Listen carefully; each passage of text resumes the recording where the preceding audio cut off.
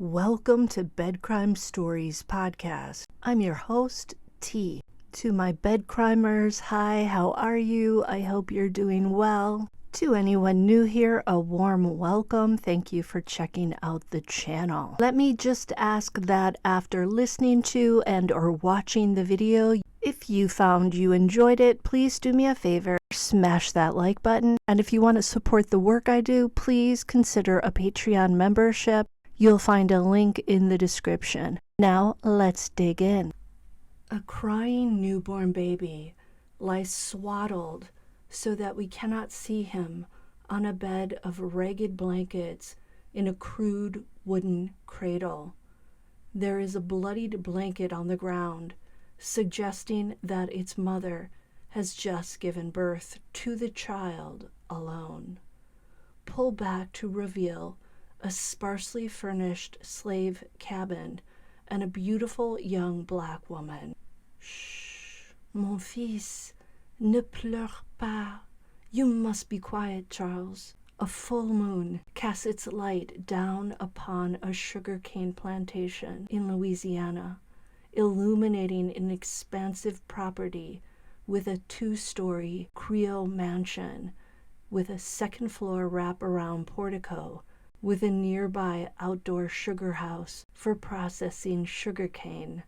A well-trod dirt path leads to the slave quarters, which feature dismal, windowless wood slave cabins. Sugarcane fields composed of neatly planted rows of mature 10-foot-tall sugarcane stalks loom large and imposing beyond the quarters, and beyond the fields are the cypress swamps. We can see Josie outside her cabin door, barefoot, with a ragged worn dress and shawl, holding her baby tight to her chest while looking in each direction to scan and see if anyone is out.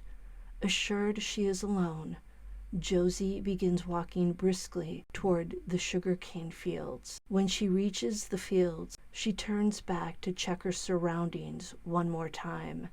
Seeing that the coast is clear, she steps into the field between rows of towering sugarcane plants, and she walks toward the cypress swamps.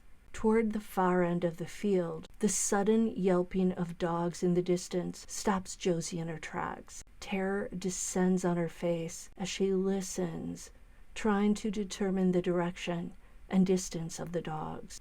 After a few moments, hearing the sounds fade, she starts off again, moving at an even faster pace. The swamp is a combination of dry, raised areas and water-covered marshes. The water reaches Josie's ankles at times. There are soaring cypress trees and much tangled brush. It is the witching hour, when the animal world comes to life. Having heard stories of the boogeyman and ghosts that inhabit the swamp at night, Josie is having to muster all her courage to continue. The haunting hoos of an owl spook her. She looks up toward the sound and catches a glimpse of its luminous golden eyes staring out from a tree branch. She recommences her journey until she hears a rustling in nearby brush. As she stops and looks toward the rustling, a beautiful red fox emerges. It too has stopped to look at her. When the fox runs off in the opposite direction, Josie presses Charles closer to her chest and continues her journey. After some time, the faint rhythmic sound of African drumming can be heard. As Josie gets closer to the sound, she sees the flickering flames of torches through the trees and dark forms moving around a large central fire. She arrives at a raised clearing and is mesmerized by an awe-inspiring sight. An exotic spectacle of music and dance. Males with some facial scarification, some with shaved, pointed teeth, beat on African drums as women dance in a wild, sensual frenzy of flailing arms around the fire, on which a large cauldron filled with a mysterious brew cooks.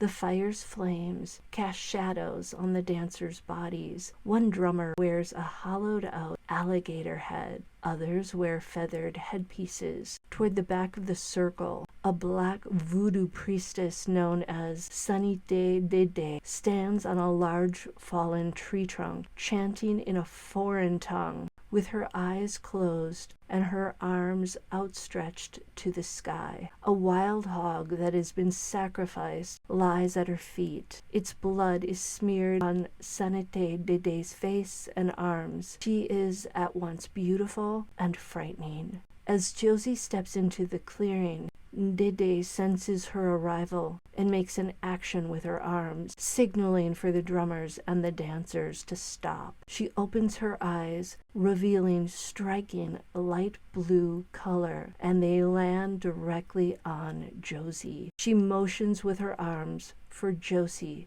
to come to her. "Bring me the child. Let me see." Josie removes the swaddling around her baby and holds out a very light-skinned newborn with light blue eyes.